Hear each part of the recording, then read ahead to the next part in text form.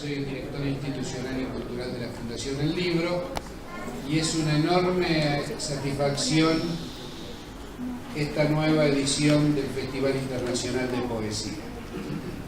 En este multiacontecimiento que es la feria ocurren muchísimas cosas y no siempre el gran público distingue a quién o a quiénes pertenecen las iniciativas. La Fundación El Libro, que es la organizadora de la feria, tiene un programa propio. Ese programa incluye este festival. También incluye el diálogo de escritores latinoamericanos, el diálogo de escritores argentinos y otra buena cantidad de conferencias, de cursos. Estamos especialmente satisfechos como en los últimos años todas estas iniciativas de programas nuestros no solo se han venido sosteniendo, sino jerarquizando. Y creemos, en el caso especial del Festival Internacional de Poesía, que la programación, la coordinación, la búsqueda de autores y de una unidad de programa y de una pluralidad de programa es mérito de Jorge, que desde hace 2 años está a cargo del festival.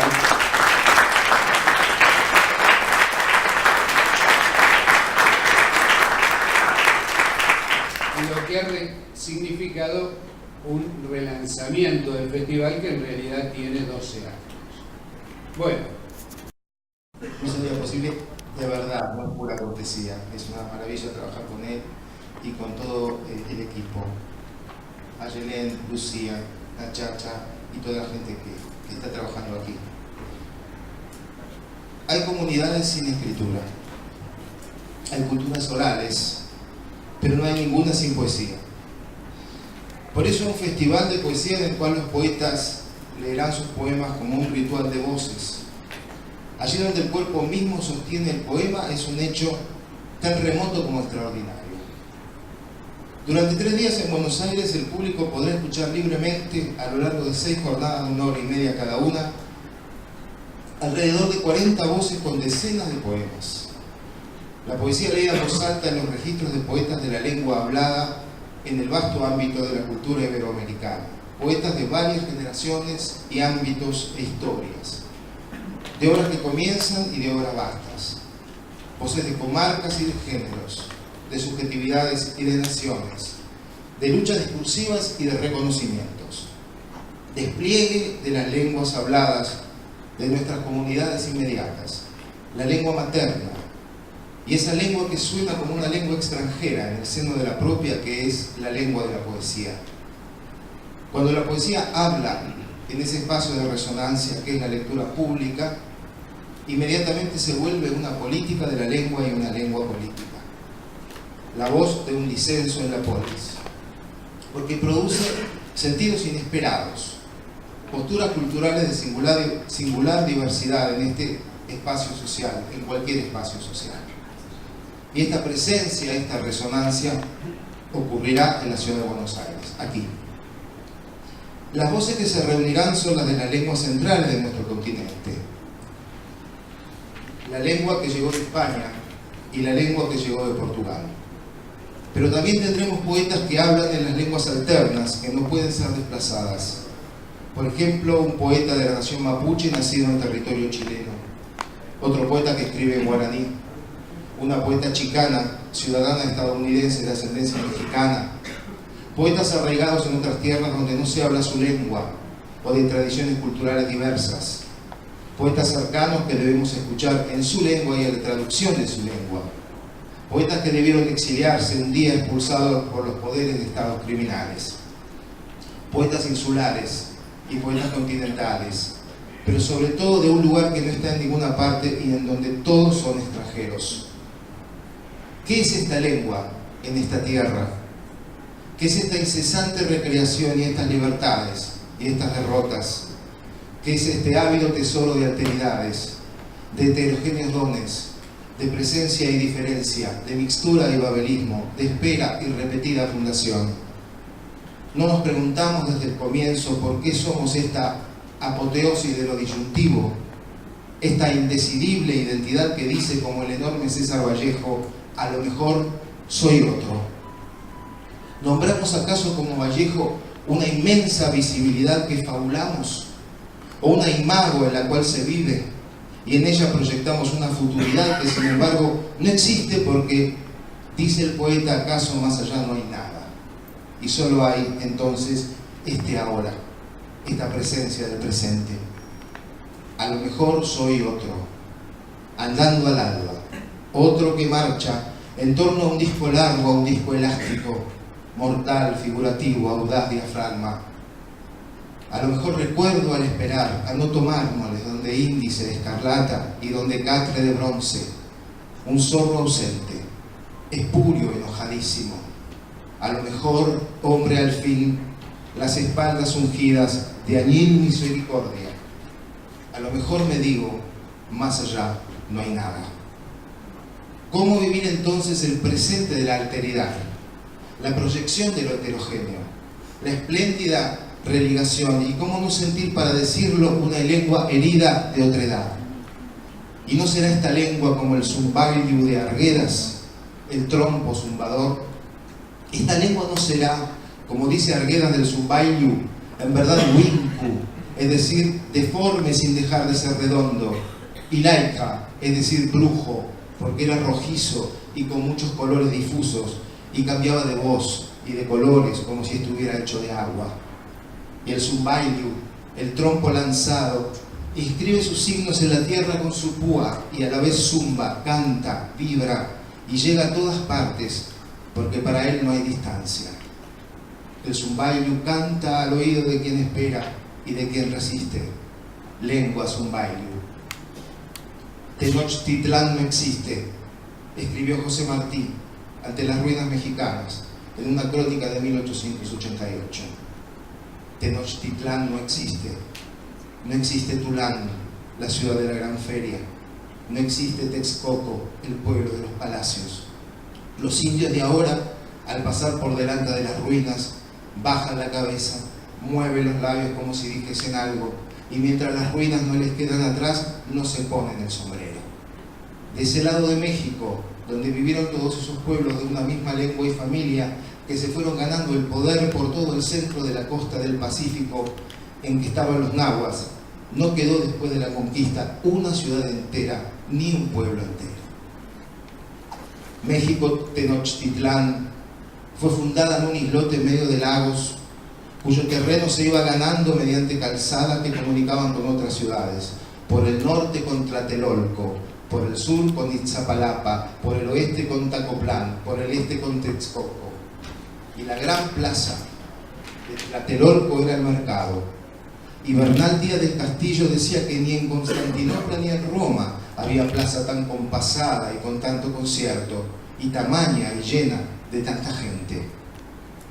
Y en 1528 un poeta náhuatl sobreviviente de la caída de Tenochtitlán en 1521 dijo en un cantar triste: en los caminos yacen dardos rotos, los cabellos están esparcidos, destechadas están las casas, enrojecidos tienen sus muros, gusanos pululan por calles y plazas, y en las paredes están salpicados los sesos. Rojas están las aguas, están como teñidas, y cuando las bebimos es como si bebiéramos agua de salitre. Golpeábamos en tanto los muros de adobe, y era nuestra herencia una red de agujeros. Cuando Martí escribe Tenochtitlán no existe, se oye el continuo rumor de una lluvia de sangre sobre un lugar vacío.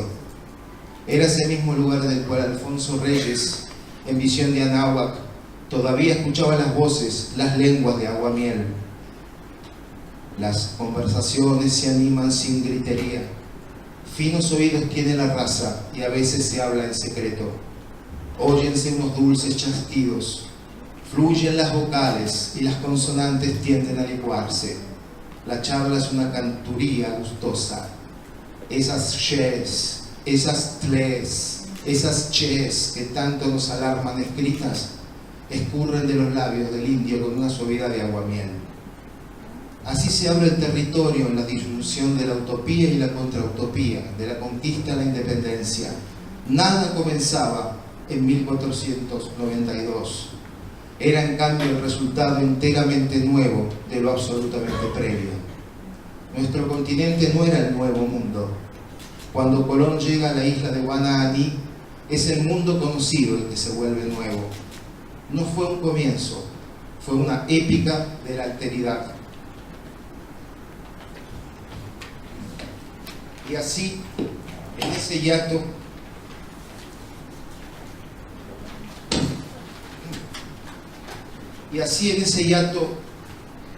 de utopía y violencia, en ese verdadero quiebre epistemológico para Occidente, alzado sobre un fondo de muerte, como rezaba el canto triste, edificamos la pregunta.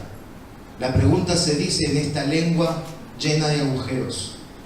José Emilio Pacheco vuelve a escribir un poema cuando reescribe el cantar triste de aquel sobreviviente sobre otra matanza en Tlatelolco en 1968. La matanza cuya irracionalidad de superficie no puede ocultar una ratio de dominio.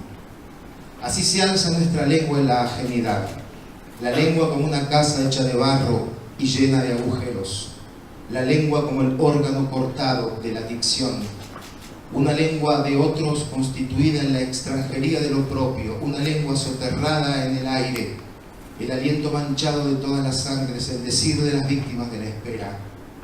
Y si para los conquistadores éramos el territorio invisible, Lezama Lima nos enseñó que poblar era transformar toda la extensión en era imaginaria, y eso era una riqueza.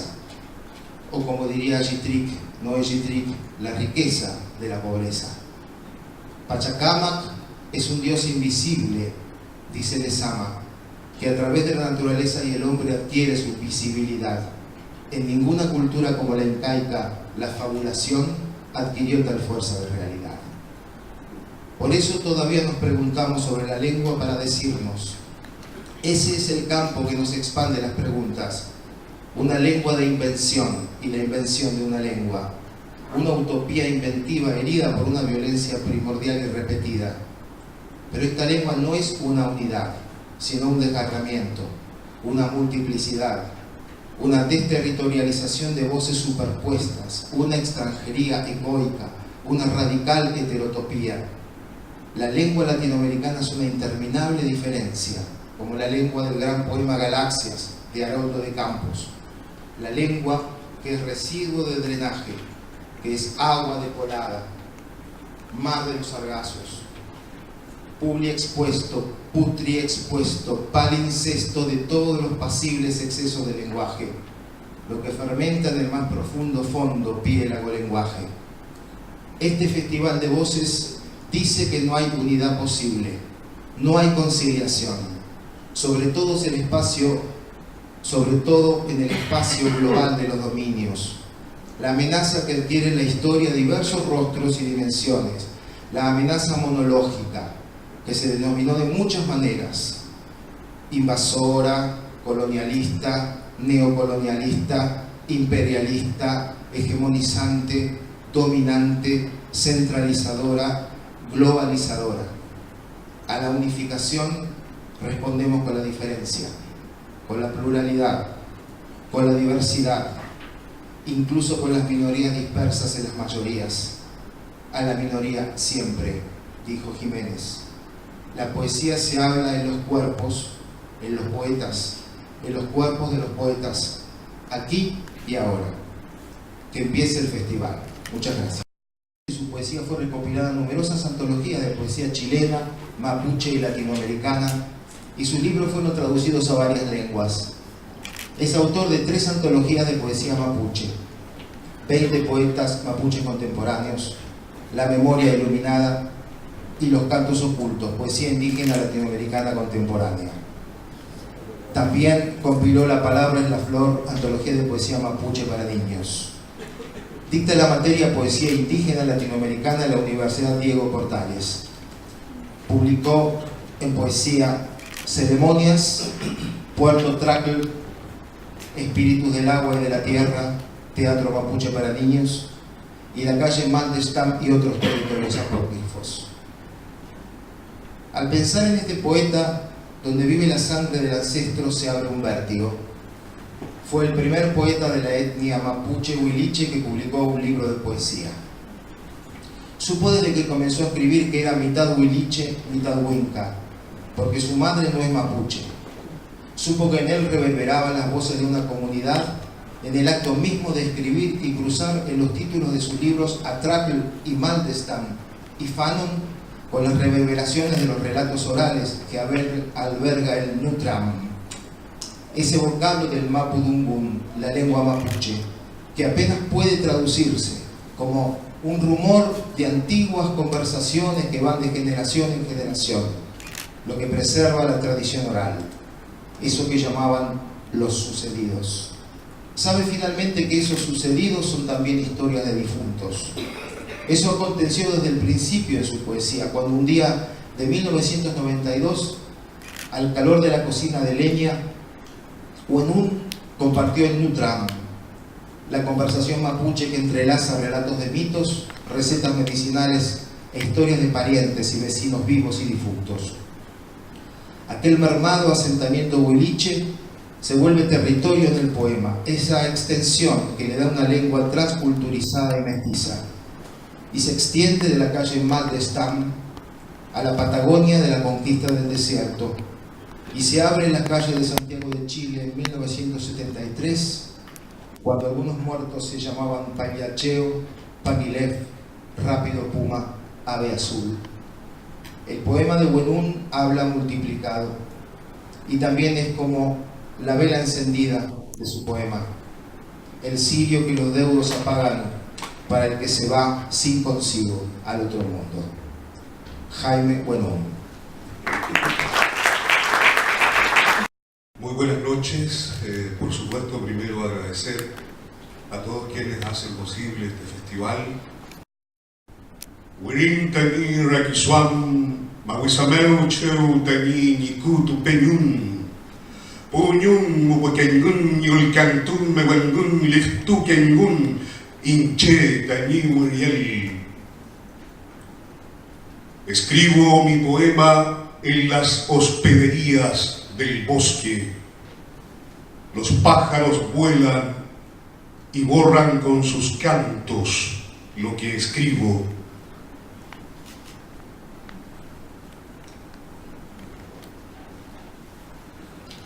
Y si vienes a morir a Puerto Traqui, no bebas de mi vino, dijo el tabernero. Este bar no es la morgue de los ángeles, ni el cementerio de los fantasiosos. Muchos hombres han cruzado el océano por un jarro de cerveza, por una copa de ginebra caliente. Nadie aquí tiene patria ahora, y navegar cansa más que la nostalgia y el amor. Escucha, solo escucha el estruendo del oleaje mientras el mirlo clama entre las ramas y el viento. Como una manera triste de predecir, miro el paso de las nubes sobre el puerto. Sé que mi suerte no está en ninguno de esos nimbos que regresan al mar, movidos apenas por el viento de la literatura. Profetizar me asquea, podría decir, y sin embargo, allá va mi vida, sobrepasada por pájaros que llevan todo el tiempo del mundo entre sus alas. Una mujer escrita en la arena, soñada por torvos marineros desaparecidos.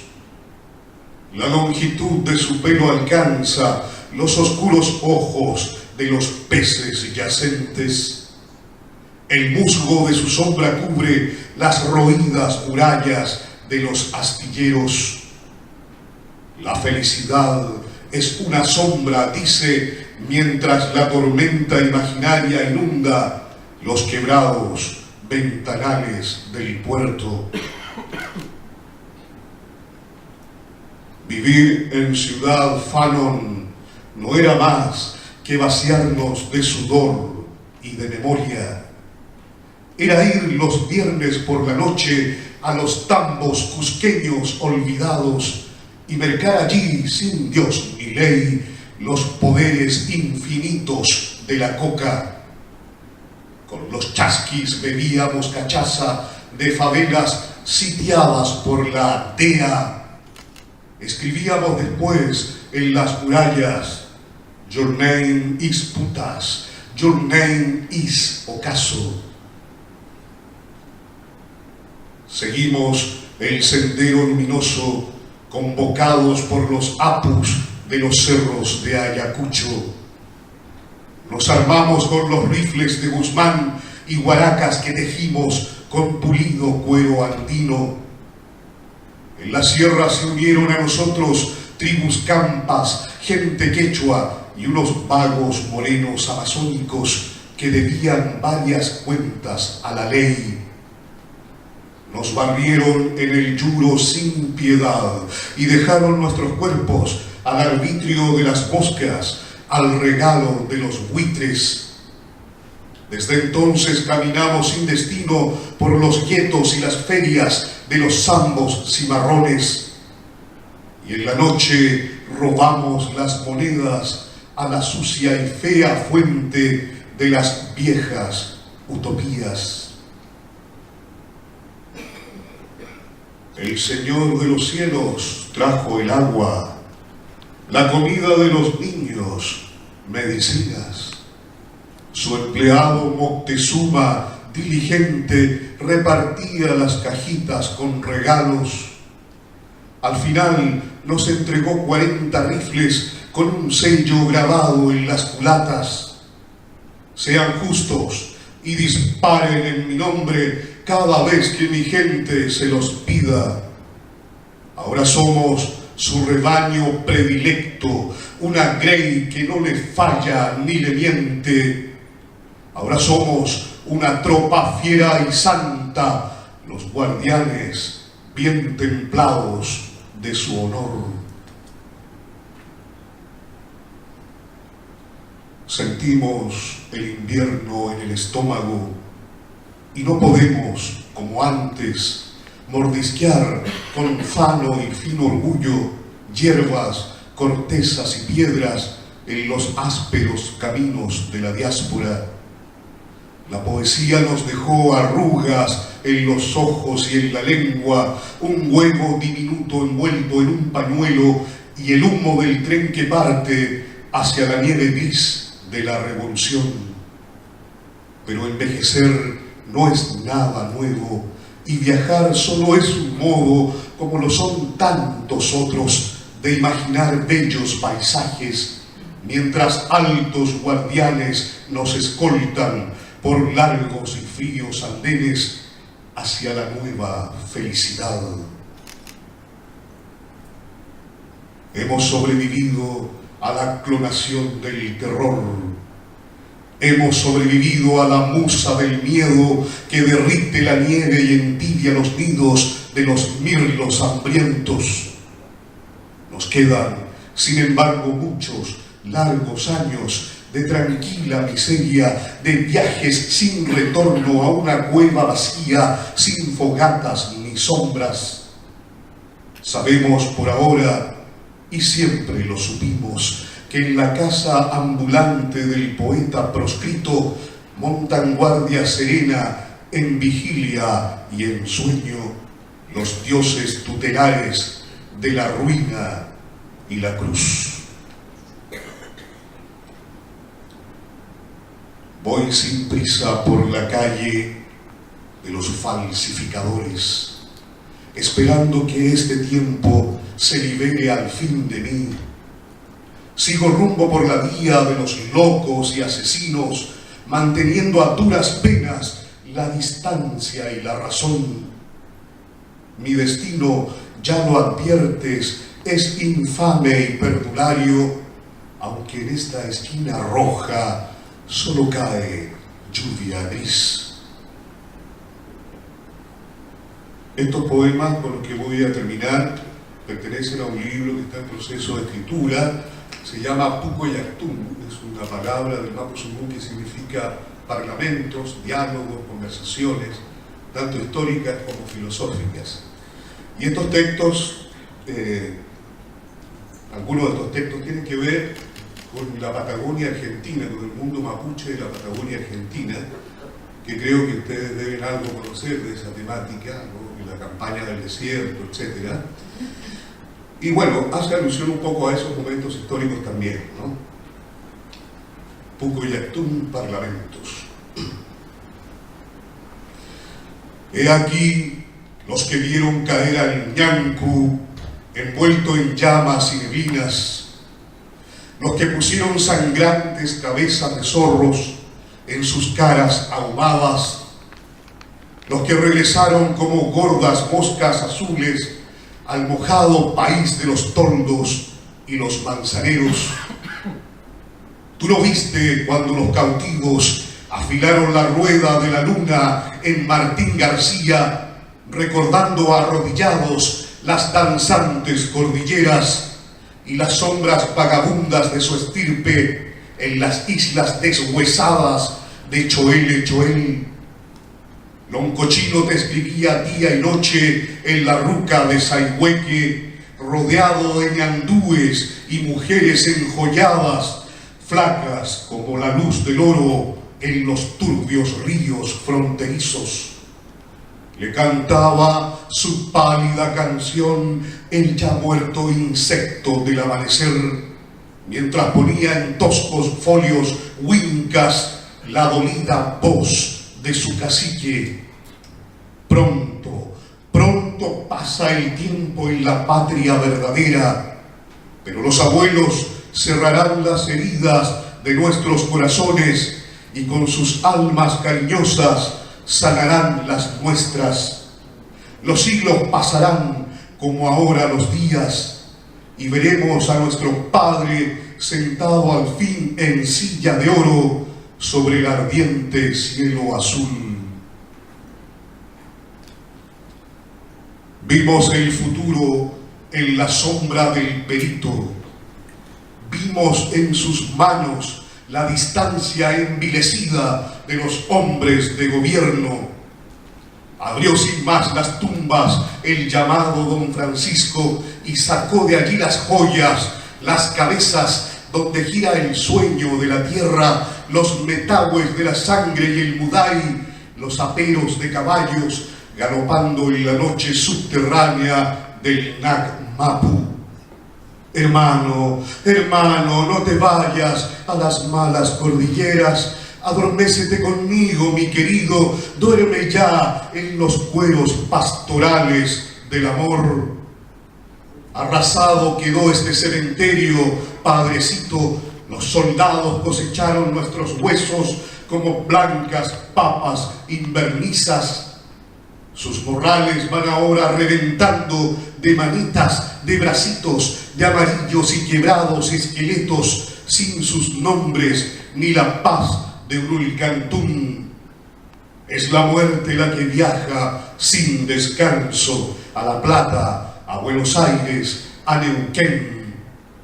Ay, mamita, que llorás en la cascada. Ay, chachita, que borracho de ginebra conversás con gallaretas corredoras del Limay.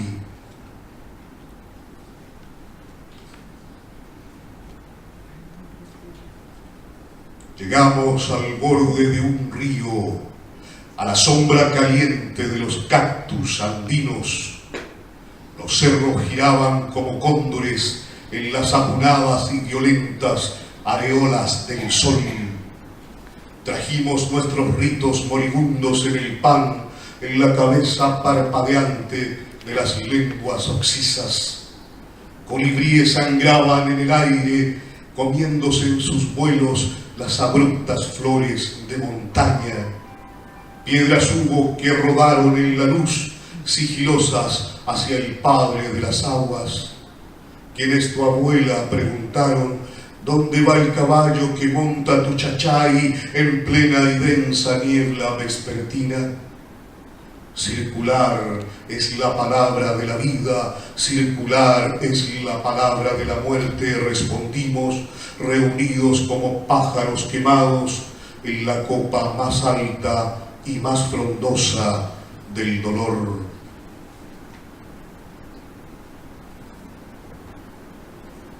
Por último, este texto que se llama Almanaque es un poema que habla un poco de mi infancia y mi juventud en plena dictadura militar pinochetista, ¿no? Y es parte de un libro que se llama La novela de Osorno, que es una novela pero en verso, ¿no? Almanaque.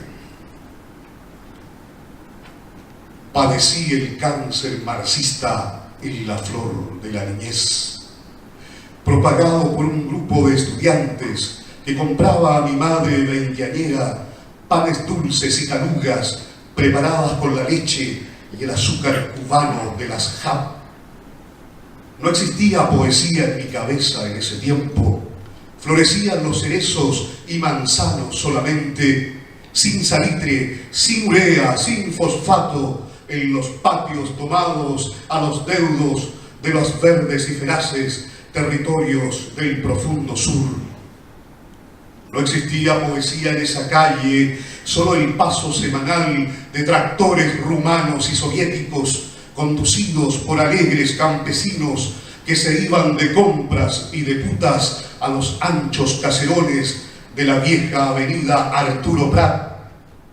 Serafín, mi vecino comunista, saludaba a esos convoyes con banderas y retratos de Allende y del Che.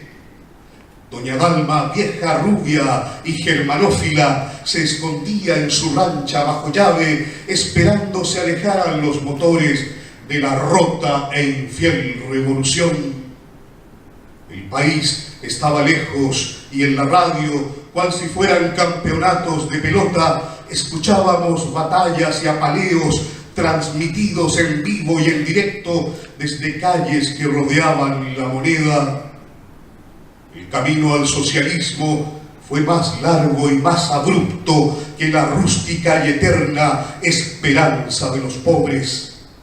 El camino al socialismo hizo polvo el pueblo unido que cantaban los muchachos de la escuela 111. El país estaba lejos del arroyo, de las vacas blanquinegras de mi barrio y los turbios capataces que cuidaban los potreros alemanes de Fonconta. Pero pronto el país llegó a nosotros con camiones repletos de soldados, de reclutas indios y mestizos, apuntando con los SIG 510 a sus padres y a sus tíos upelientos. Albañiles, panaderos, carniceros, vendedores de diarios, empleadas, apuraban el tranco por las noches para dar con las puertas de sus casas, alumbradas por las velas y chonchones de ese blanco y nuevo amanecer. Luego vino el regimiento 4 Arauco y sus médicos, matronas, practicantes a matarnos los piojos y la sarna con duchazos de lindano y de fenol. Chile entero son ustedes, nos dijeron, el futuro de la patria y del gobierno, la semilla del progreso y la honradez.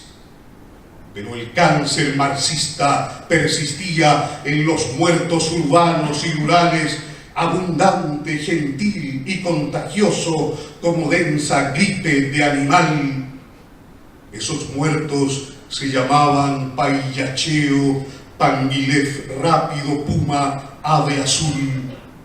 Esos muertos se paseaban por la calle y cantaban como Pedro por su casa las canciones silenciadas de la UP. No existía poesía en mi cabeza. La metáfora era un pan con afrechillo y la rima la enseñaban los boleros y rancheras de Javier Solís. Sombras nada más acariciando mis manos, sombras nada más en el temblor de mi voz. No existía poesía en mi cabeza, pero sí los manuales, la Harnecker y folletos de Lenin y Carlitos enterrados junto al baño familiar. Nos hicimos comunistas a escondidas de la madre y del padre empobrecidos, del vecino policía y sus parientes y del hombre de gafas que limpiaba los Opala de la CNI. Y al final de las bombas lacrimógenas, de canciones de protesta y de mitines, el país llegó para quedarse en la cumbre del tiempo y de la lluvia, como un ebrio dormido entre los rieles y las fieras cañas de cicuta levantadas por el viento y por la luz. Muchas gracias, Jaime Guanú. Poeta y narrador, Osvaldo Bossi nació en Buenos Aires, Argentina, en 1960. Forma parte de diversas antologías de poesía argentina y latinoamericana. Desde abril de 2014 es el editor responsable de la editorial de poesía Viajero Insomne. Encargado de la formación en el área de escritura, coordina talleres de poesía y narrativa en forma grupal e individual. Publicó 3 narraciones: Adoro, Yo soy aquel y ¿A dónde vas con este frío? Y los siguientes libros de poesía: 3, Fiel a una sombra, El muchacho de los helados y otros poemas, Ruego por el tornado, Del coyote al correcaminos, Esto no puede seguir así, Casa de viento, antología personal, Ni la noche ni el frío, Chicos malos y como si yo fuera su novia. Hace exactamente 20 años, casi toda una generación atesoró un libro que iba de mano en mano llamado 3, y leían allí estos versos incandescentes: Cuando mi amado entra al cuerpo de ella, es a mí a quien tan hondamente llega. Me quita la respiración, arrasa y mira a los ojos. Pero cuando por mi propia carne él entra, es a ella a quien toca desnuda. La puedo sentir del otro lado suspirar. Nadie había escrito antes así sobre el ardor del amor imposible que se cumple deliciosamente y fulgura yéndose, sobre el lugar evasivo del deseo, felicidad y dolor, que abre al mismo tiempo el cuerpo y el poema. Porque tanto el poema como el cuerpo amado del deseo, dijo Bossi, son como una casa de viento que uno habita desde el principio, pero que está y no está ahí. Pero también el poema es ese pequeño relámpago. Poesía, dice, como todo o casi todo deseo de amor. Así Bossi escribió sobre los parlamentos de amor que ni siquiera conocíamos entre Hamlet y Laertes, entre el coyote y el correcaminos, entre Batman y Robin, entre el avispón verde y Cato. Bossi vuelve a la infancia para ver el origen allí donde se siente la ausencia del padre. O lo repiten todos los nombres de los amigos y amantes bajo las lunas suburbanas que pueblan sus libros: Raulito Lemos, Lisandro, Facundo, Capita, Lautaro, Luisito. Los versos de Bossi hablan como él, en tono bajo, profundo y sensibilizado por una vibración íntima y verdadera sobre la espuma de los días. Ahora van a escuchar Osvaldo Bossi. Por las palabras y por la invitación, de verdad. Y gracias a ustedes por acompañarnos.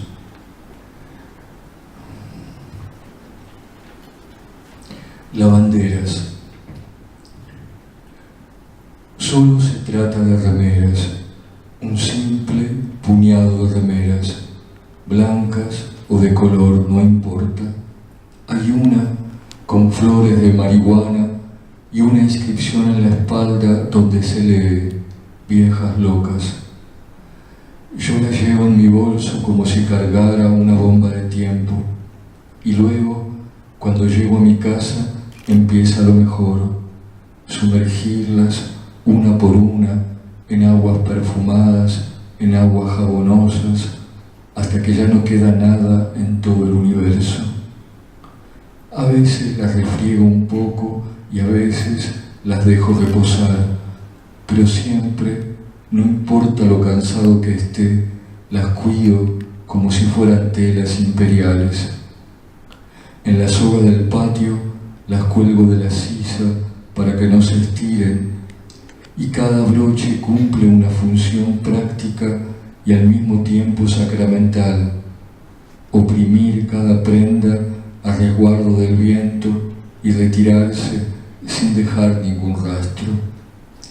Desde la ventana de mi cuarto las miro.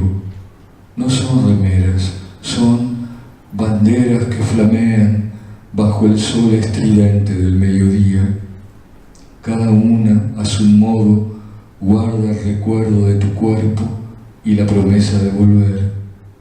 Y es que somos aliados, tus remeras y yo, compartimos una incansable intimidad.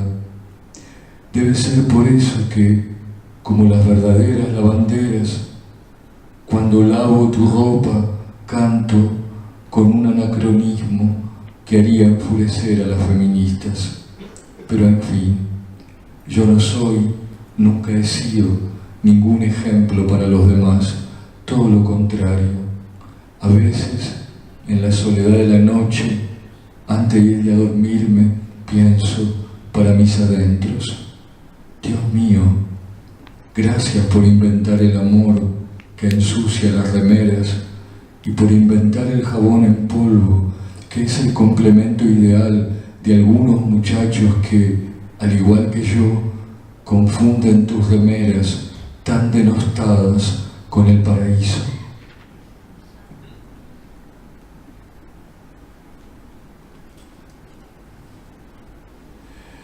Camellos. Aquella noche, al dormirme, soñé que era un extraño camello, dejando sus huellas claras y pesadas sobre un hermoso desierto que no se sabe a dónde empieza ni dónde termina. El pecho en alto bajo el cielo estrellado, o el sol que orla como un anillo de oro implacable la cabeza de esos niños que se alejan demasiado temprano o demasiado tarde bajo una nube de pensamientos. Yo y mi cantimplora interior, los grandes ojos acostumbrados a lidiar con toda suerte de espejismos, contento, como ahora, por ejemplo, de ver otra vez a ese muchacho tan querido por mí, avanzando a través de las dunas con su pañuelo en el cuello y su gorra de legionario, aliviado como si no lo conociera por el solo hecho de volver a tenerme. Yo y mi joroba casi perfecta, y mis pestañas largas y aterciopeladas apartando, grano por grano, con una paciencia infinita, enormes o pesados saharas que parecen de arena y son, en realidad, pura sombra. Pero ¿qué importa? ¿Qué puede importar todo eso ahora? La luna, como siempre, estaba ahí, y yo, por supuesto, también estaba ahí, adelante, deteniéndome cada tanto al lado de un fueguito fatuo, capaz de atemperar la noche más larga y más fría del universo, para luego pensar simplemente como deben pensar todos los camellos a cierta hora: Dios mío, todo esto es mejor que atravesar el ojo de una aguja.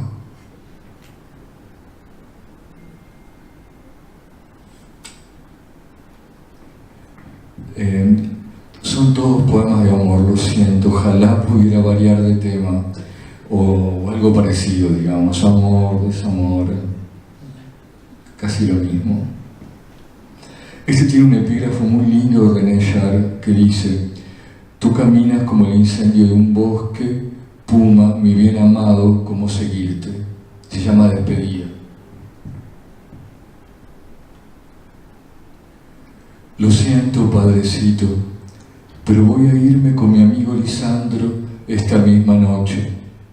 Todavía no sabemos bien a dónde, si a Michigan o a Hong Kong, pero no importa. Miraremos la luna desde la ventanilla del tren y el pueblo que se aleja pequeñito a la distancia. Aunque Lisandro sea, como usted dice, un borracho perdido, aunque parezca un poco tarde para nosotros, siempre es un poco tarde. Vamos a irnos. Estoy tomando mi bolso ahora mismo y ninguna lágrima me hará mirar con nostalgia las cosas que dejó atrás. El tiempo, Padrecito, también se aleja y yo no quiero terminar mis días como un meteorito desencantado. Ser bueno es algo hermoso, pero ser malo como mi amigo Lisandro, créame, es infinitamente mejor. Aunque se drogue a veces, quiero irme con él y conocer a todos sus amigos, esa manga de vagos crapulosos y sonrientes que duermen todo el día y de noche beben litros y litros de cerveza y juegan a las cartas.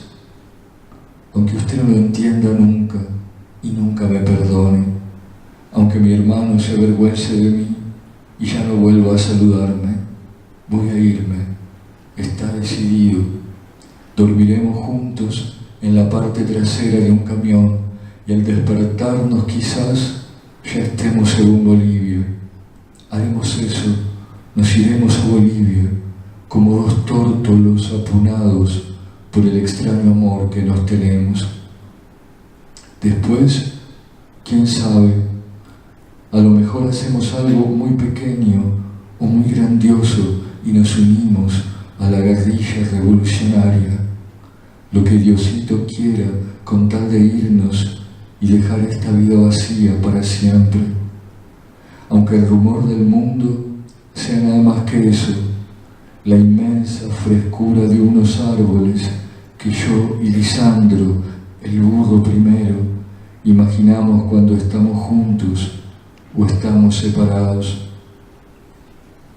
Dulces o amargas horas de farra y de melancolía junto al muchacho más lindo y más vicioso de todo este pueblo. En fin, adiós, adiós a todos, adiós, Padrecito, me voy con mi amigo Lisandro, mi puma, mi bien amado, esta misma noche.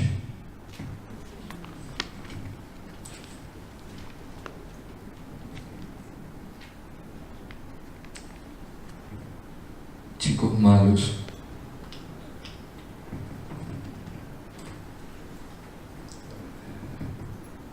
Yo no creo en los chicos malos. Aunque hagan cosas terribles, yo no creo. Miro esa foto con tus hermanos y tus primos haciéndote el payaso y se me rompe el corazón. La alegría a veces es un monstruo que nos hace llorar. Bueno, yo río y lloro como un condenado cuando miro esas fotos. Chico malo jugando con su perro, chico malo arrojando un beso al aire para que lo reciba su hermana que sostiene la cámara, y el mismo chico malo abrazando a su mami mientras sirve la mesa, y la mami que se ruboriza y se pone contenta de tener un hijo así, tan loco. No sé cómo explicarlo. Es la primera foto que veo de tu madre y ya la venero como si fuera la Virgen de Itatí. Seguro que de fondo sonaba un chamamé.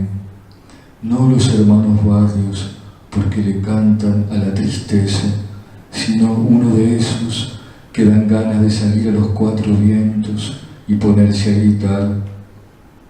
Yo que no grito ni en sueños, salir a la calle y ponerme a gritar, porque vi el fondo de tu casa por primera vez, con ese coche viejo arrumbado y una montañita de escombros y la soga donde tu mami cuelga la ropa. Aunque parezcas el chico más indomable de todo este mundo, yo vi la mesa en la que te sentabas a comer, el vaso de vino, el pan, la humilde ráfaga de una alegría que se le sustrae al tiempo, el único y verdadero chico malo en toda esta historia.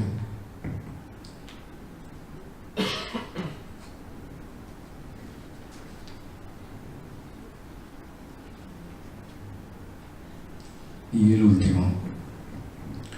Esto no puede seguir así.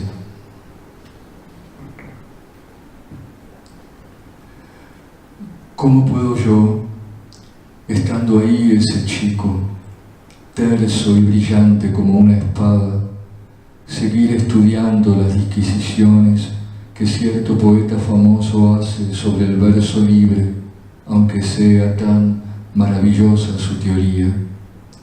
Y esté, como siempre, el secreto del mar, empujando día y noche nuestras palabras desde lo oscuro, con esa persistencia terca, luminosa, que no se rinde y, todo lo contrario, se eleva una vez más, como si no quedara otra cosa que hacer frente al paso del tiempo. Y si además me mira una, dos veces, inclina un poco la cabeza, entreabre apenas los labios y me susurra algo que yo no comprendo, pero va a dar directo como un dardo, un rayo contra mi corazón. Y no conforme con esto, se acerca y me pide fuego, él a mí, y enseguida se sienta a mi mesa y dispara una sonrisa sin antecedentes y arrastrando un poco la voz, como corresponde a esa hora y a un muchacho de su edad, 24 años, me dice a quemarropa el muy canalla que se llama Danilo. Danilo, ¿se dan cuenta cómo se hace para seguir con todos los buenos y bellos propósitos que me hice y decididamente no cumplo y postergo cada noche a lo largo de todos estos años? Sí, además es verano y la cerveza corre como un ciclista por la carretera que une ciudades y pueblos remotos como Brooklyn o Manhattan.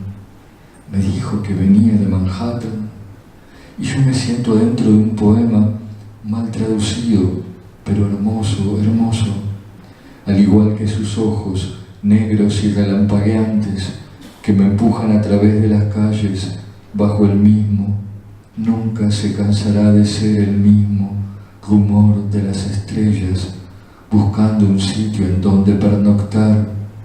Bueno, así me lo decía él y yo se lo repito. Brother, me decía cada 4 palabras, brother, ¿se dan cuenta? Es el colmo. Despertate, me dije, de ninguna manera esto puede seguir así. Pero el poema se había convertido de pronto en una película muy mala y, por supuesto, como suele ocurrir en estos casos, deliciosa, horriblemente deliciosa, me dije, se lo dije a Danilo, y preferí cerrar los ojos y respirar profundo el aire tibio que me ofrecían, ahora sí, tiernamente sus labios, solo eso, y dormirme después a su lado, desnudo, con la dulce agonía de quien espera el alba en Manhattan. Muchas gracias. De la provincia de Santa Fe, long time ago.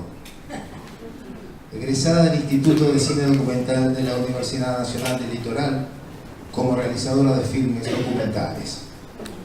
Vivió durante distintos periodos que sumaron varios años en Francia, donde trabajó en la Université de Bretagne, Rennes, y en la actualidad y desde 1985 forma parte del taller de cine de la Universidad Nacional del Litoral, donde realizó varios documentales: Zenón Pereira, un pueblo de la colonización, Homenaje a Juan L. Ortiz, Nadar contra la corriente, Bienal, Reforma, ¿Qué es el cine?, Cielos azules y Momentos musicales.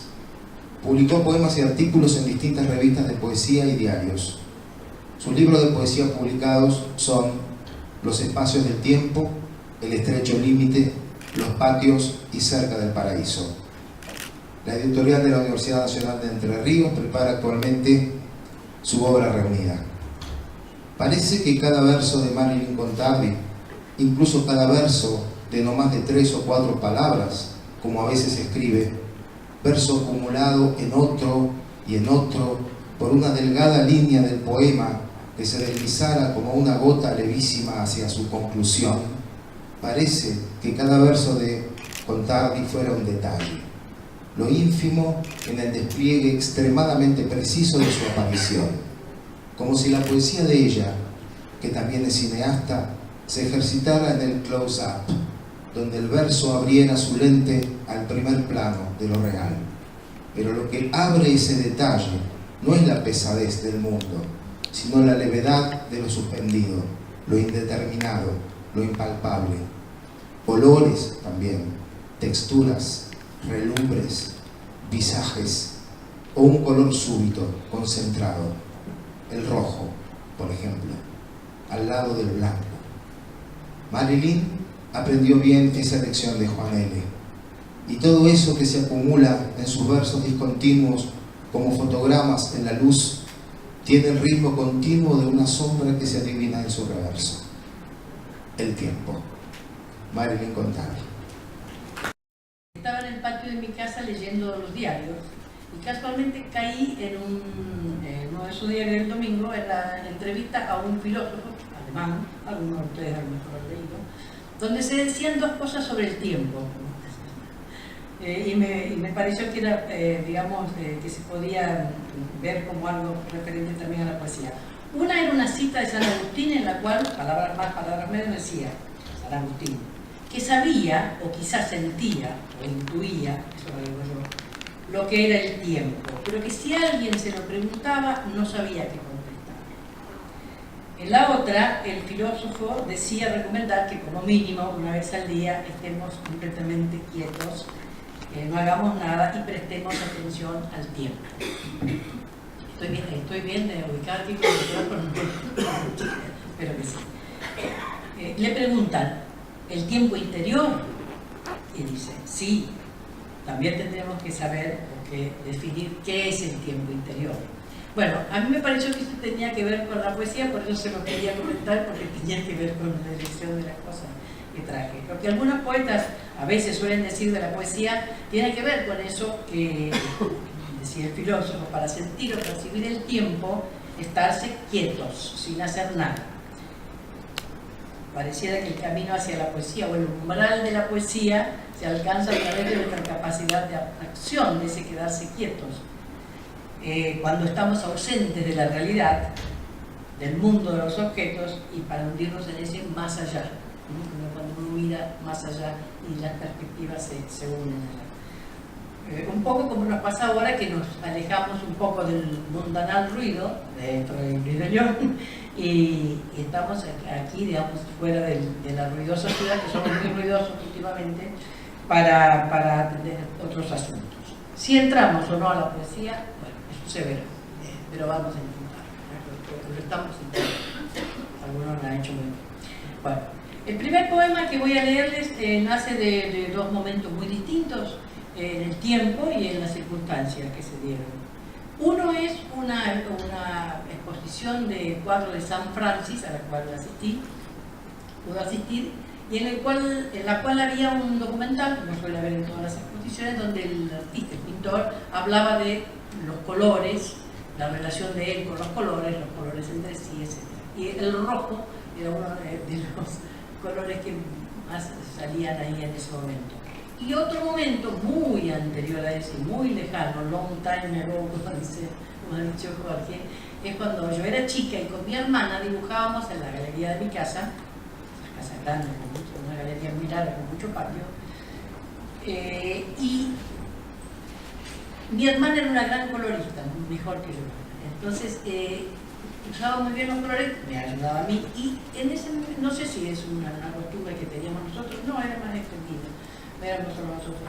Se mojaba la punta del lápiz en la lengua para el color, el trazo del color parecía que salía, eran lápices Faber, como ahora cualquier tipo de lápiz, pero parecía que el color salía más subido, más fuerte, tocándole la punta de la lengua. Claro, si ha sido, quizá eran cosas chicas. Bueno, rojo.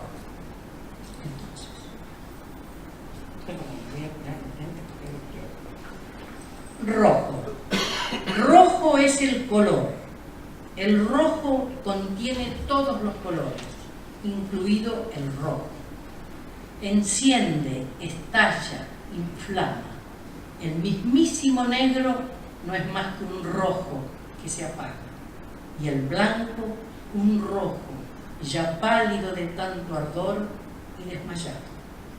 El rojo es el comienzo, anterior al mismo rojo, como Dios es anterior a Dios. Mi hermana moja el lápiz rojo en la punta de la lengua, lo desliza sobre la página. Patita de libélula roja por el agua. El ojo sigue el trazo, enamorado. La libélula se desliza por el agua sin dañarla, solo deja el reflejo de su paso. El rojo es el color, el preferido de los ojos. Solo el azul se le anima y es astuto. Sube veloz al cielo, lo arrebata antes de que el rojo se instale, pero tan delicado, le hace lugar en la cúpula a su lado, y entre los dos ven los destellos subir, magníficos, desde los párpados del sol. Y esta vez, sin darse cuenta, el azul se le cae entre los brazos. El rojo es el color. Todos los colores están en el rojo, incluido el rojo. Este otro es distinto, como una visión, un sueño, no sé qué. Verano, madrugada, las sábanas calientes contra el cuerpo. A mi lado toco el pelo largo, hirsuto, de mi gata. Estira su pata, me roza, tan suave. Mi hermana duerme. Me levanto a mirar por la ventana. La calle está desierta, no hay nadie por la vereda, solo la luz de la luna. Esta vez, ¿no será que ella habré soñado?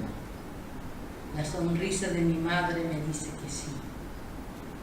La luna entra por las celosías, la gata ronronea, no hay nadie más. ¿Cómo pasan, como galgos ligeros, los años? Este otro es Pequeñas Estrellas, se llama así. Y es, digamos, no sé si en la base de esto está, pero algo tiene que ver con lo que se dice que para mirar las estrellitas muy chiquititas, lo decían de la cola del cometa Halley, que no hay que mirarlo de frente y que hay que mirarlo con el rabillo del ojo, no sé si es cierto. Pequeñas Estrellas. Entonces, si nunca viste las pequeñas estrellas brillar en la noche, no las mires de frente, hay que mirarlas de costado, como si buscaras otra cosa, como si no te importara. Entonces, ahí sí, sus rayos te alcanzarán, te lanzarán sus brillos. Ahí las tendrás, en el rabillo del ojo, y ya no te muevas. Así, de refilón, como el pájaro que te espía desde la rama, sabiendo que lo espías. Así, como sin llamarlo, sabe aparecer el pensamiento. No se pueden acariciar las mariposas, ni los colibríes, ni el viento, ni las nubes, ni la luz. Apenas un toque fugaz en los ojos. Y después de todo, llevan millones de años allá arriba, esperando que al fin te decidas a levantar la cabeza y las mires. Y el último es El escritorio. El escritorio de mi padre es aquí porque es una de las versiones primeras. Bueno, ahora creo que se la va a llamar solamente El escritorio. En fin, como bañecito por ahí. Es esos viejos escritorios que tienen esa tapa que se pone, como película del Far West. Entonces, el escritorio de mi padre. ¿Cuántos pensamientos encerrados en este escritorio flotan ahora? Dispersándose con el humo del cigarrillo, impregnaron la madera, se refugiaron en los cajones. Las rosas de luz deambulan, indecisas, se pasean por la mano, por la página, se diluyen al fin en el aire. Y ahora sí, un picoteo fino, como si una rama golpeara desde afuera en el vidrio. Pero ese rostro también se esfuma. ¿Quién sería? ¿Acaso pensaste en el color del cabello de tu madre? Pero ella también se fue. Siguen cayendo, movedizas, las flores de luz. Es la tarde. ¿Cuánto tiempo amontonado entre el cielo y la tierra? Un cielo que arde, alto y liviano, como el humo. Sí existe, digo yo. No, no existe, dice ella. Sí existe, lo veo y es celeste. No, lo que ves es el reflejo azul de la distancia. No hay cielo, ni dorado ni celeste. Es solo aire coloreado de luz. Es solo y nada más aire, luz, distancia. Y lloré aquella tarde. Ella me hizo llorar. Pero sabía, ella sabía, mi hermana. Ella sabía. ¿Lo supo siempre o fue de a poco? Presentía, sabía. Tal vez por eso no se quedó más tiempo para mirarlo. La madera del escritorio cruje al frotar. ¿Están ahí?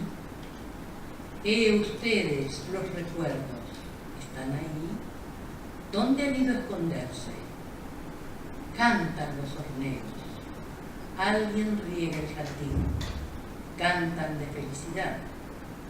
Nadie quiere salir a escucharlos. Pero ¿y cómo se pasó la tarde? Como decían ellos. Y eso siempre fue así. Siempre.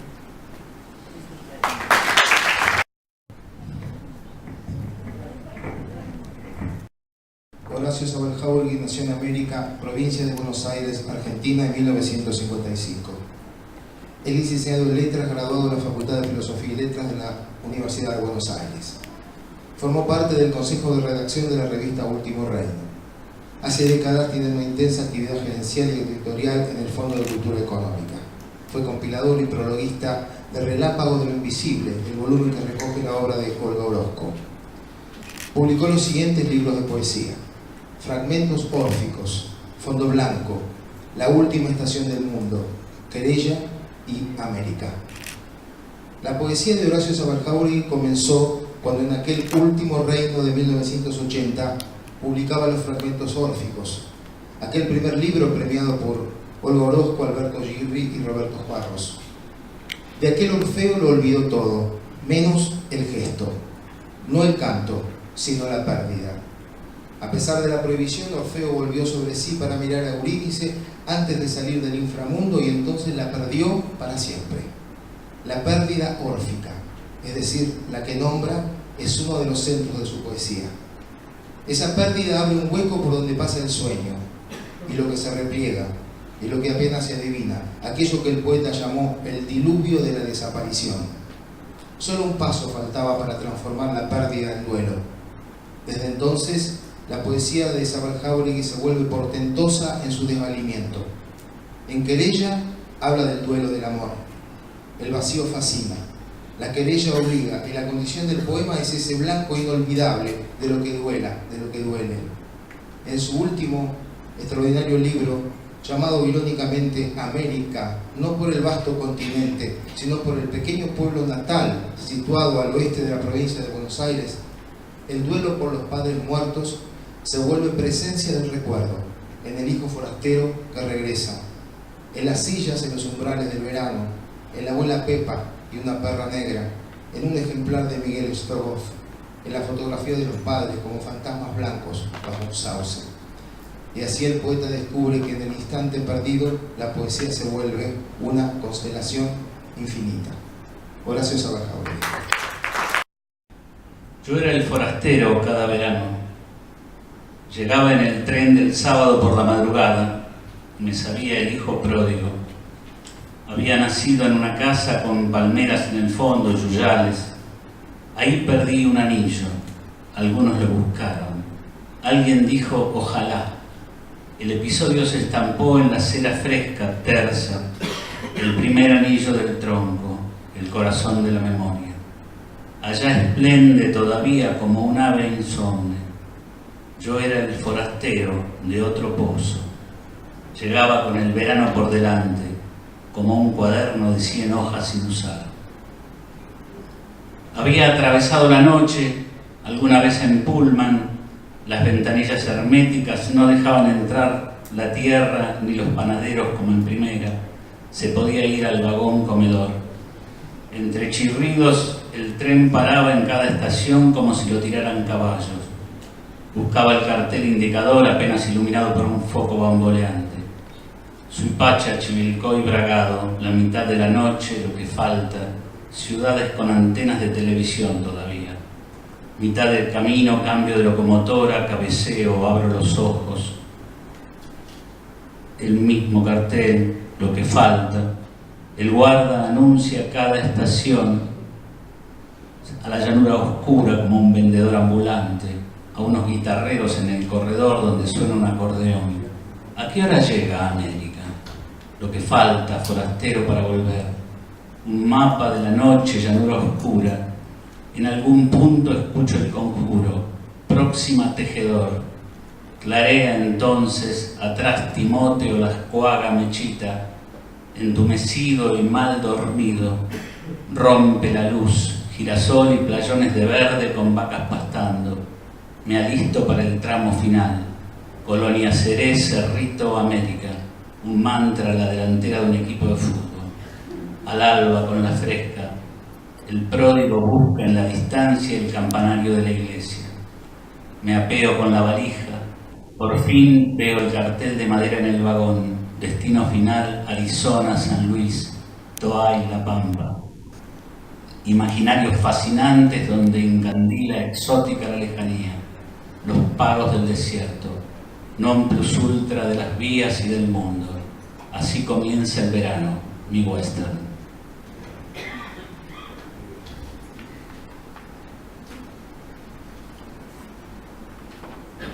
Limonera, galerones, lecheras, limoneras, mariposas de la alcurnia y las otras, plebeyas que uno caza a golpes de rama cortando el aire.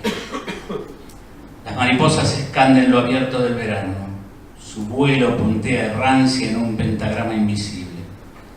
Una tarde casé una limonera, aerodinámica, fileteado amarillo sobre terciopelo negro, la cola como una coupé impala, con las alas abiertas apenas cabía dentro del frasco de mermelada. La esperé como en otras tantas tardes cerca del limonero fragante para contemplarla. ¿Sería siempre la misma? Un avatar limonera que en la repetición aseguraba la continuidad del sol en lo alto del cielo. Ahí estaba volando distraída. Con descuido aristocrático se entregó a la captura. Le di flores que ignoró. Mostré el trofeo a cuantos pude. Pegaba los ojos al vidrio como un gigante primitivo esperando ver a saber qué revelación. La mariposa exploró desdeñosa la prisión y cerró las alas. Mi entusiasmo se apagaba. La limonera me contagió su aburrimiento. Cuando el sol empezaba a caer, abrí la tapa con hendiduras y se fue deslizando fuera del frasco. Aturdida, en un momento sublime se paró sobre mi índice derecho como un ave de cetrería. Agitó las alas para disponerse al vuelo. La vi irse, desplegada, suntuosa. Ese camafeo ondulante trazó, por única vez y para siempre, el límite entre el crepúsculo y la noche.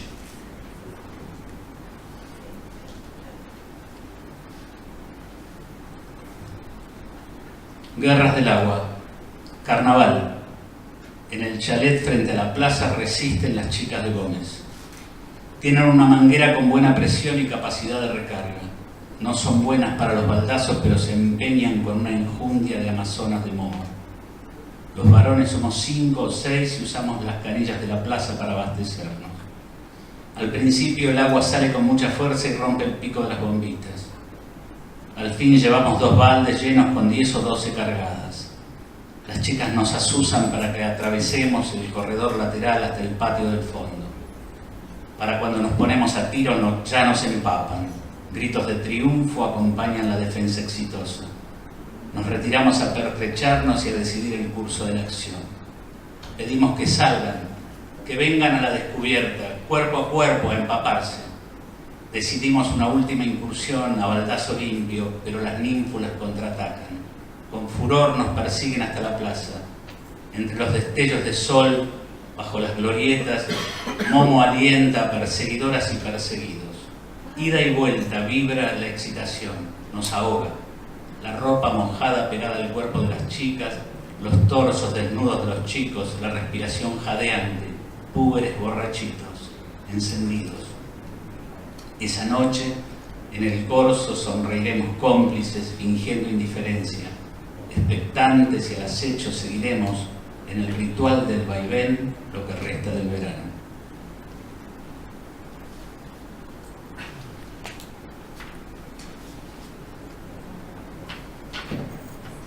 Morgana. Morgana, la labradora negra, arrastra las patas como horquetas, la osamenta desvencijada, ya no recupera, no trae de vuelta presas, palos, botellas de plástico, vaya a saber qué. Presa ella en una jaula de niebla se le borronea el mundo. Entumecido el impulso, el ímpetu se pierde del agua su ascendente. Pero la retriever azabache teje y traza el surco que me lleva a la estampida del verano. La transparencia remota, cegadora de ninfas aparecidas y el tótem del estío ardiendo. Entonces Pepa, mi abuela, se lava la cabeza. Se hace 2 trenzas y antes de que se armen en rodete descienden sobre sus hombros. Su aspecto rejuvenece. Pepa cuelga el batón del alambre. Las gallinas miran desencajadas con los picos abiertos. Es la luz mala de la siesta, no la fría, fosforescente, mala luz lunar de los aparecidos de los huesos, los locos solos. Esta calcina, encandila y enciende las avispas. Pepa mira el laurel con los ojos entrecerrados sin gafas. Le pido a la perra negra que recupere la estampa, el diorama que iluminan los estambres de la lámpara. La linterna mágica, las sábanas inmóviles, telones del verano. Le grito, trae. Vieja y todo me mira como nadie más sabe. Castañetea los dientes y trae. Labra el rastro con el hocico frío y húmedo. En una sonda de luz entre los lienzos del tiempo, a través de vaya a saber qué aguas, ¿estará Apolo en el cielo de América encegueciendo ninfas, avispas y pitonizas y al indio que pasa golpeando el bastón blanco en la puerta del zaguán? Pura manía a ojo recupera para mí a Pepa, que se atreve en esta hora la de desfallecer a la sombra y trae el espinazo de la imagen bordado en la tela de luz del bastidor del tiempo. Entonces, ahora, pero ahí, Pepa, como la aleta del príncipe valiente, se hace las trenzas, entrecierra los ojos miopes y me saluda sonriendo. A mí, que la miro desde la penumbra, recién levantado, un aparecido del sopor, haciendo pie en la radiación de la vigilia.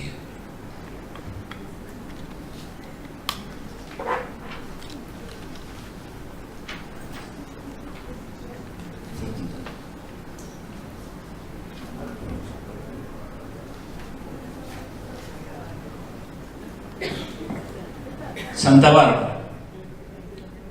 Esa noche sacamos las sillas a la vereda. Como todas las noches, la respiración calcinada, los cascarudos hacen pogo bajo los faroles, cientos. Las familias en auto salen a dar una vuelta. El saludo desganado desde la puerta, mascullado apenas el nombre del paseante. Días de bochorno y seca. Las gallinas con los picos abiertos y el ojo de miel desencajado. El viento norte levanta polvo radioactivo. No se apura el resto de cerveza, queda tibia en el fondo del vaso. Sacamos las sillas a la vereda, pero no hay fresca. Habrá tormenta, será inolvidable. Santa Bárbara bendita, que en el cielo estás escrita, se persigna mi tía. Súbitas sierpes de luz en las bóvedas de la noche. galerías de refusivos estampados, sobrenaturales en el recuerdo. El agua no llega y la sequía raspa el aire inmóvil. Que no llegue por ahora, que se quebraje el cielo fulminado, que se astille en un laberinto de relámpagos. La iglesia está a la vuelta, tiene pararrayos. Los truenos rezagados empiezan a templar el parche por el oeste. Yo sabía que primero era la luz y después la garganta tonante del cielo. De pronto un relámpago dibuja mi sombra contra la pared. Mis tías invocan a Dios y entran las sillas. Dios se agarró flor de tranca, pienso, pero no lo digo, susceptibles si los hay los creyentes. No voy a entrar, digo, fascinado. Voy a ver para encofrar esta corona de luz virulenta que a mano alzada labra Santa Bárbara. Líneas en la entraña oscura del verano, lo que queda en la red del sueño. Al fin de la noche, los desfiladeros de la lluvia, su piadoso manto, animarán la fiesta de las ranas. Y el último,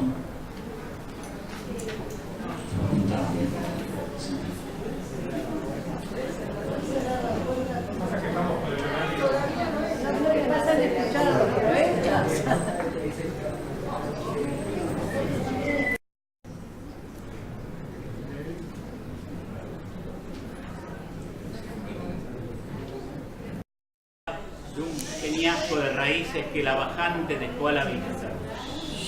Atrás, manchones de agua. En la fronda del árbol respira el viento. Se siente en el mechón de pelo de mi madre que se le viene a la cara. Está de costado. Mi padre de frente, los pies en el aire, la toma del hombro. La cabellera del sauce se espesa en movimiento. Las raíces como entrañas al aire desenterradas inquietan. La joven pareja concentra luz. Parte el cuadro entre la espesa mata que busca el cielo y la trama de tendones que expuso el agua. El instante perdido estanca en una constelación infinita. La memoria en efusivo vaivén, el viento en la copa, solo en la voz, sombra de lo que vendrá. Gracias.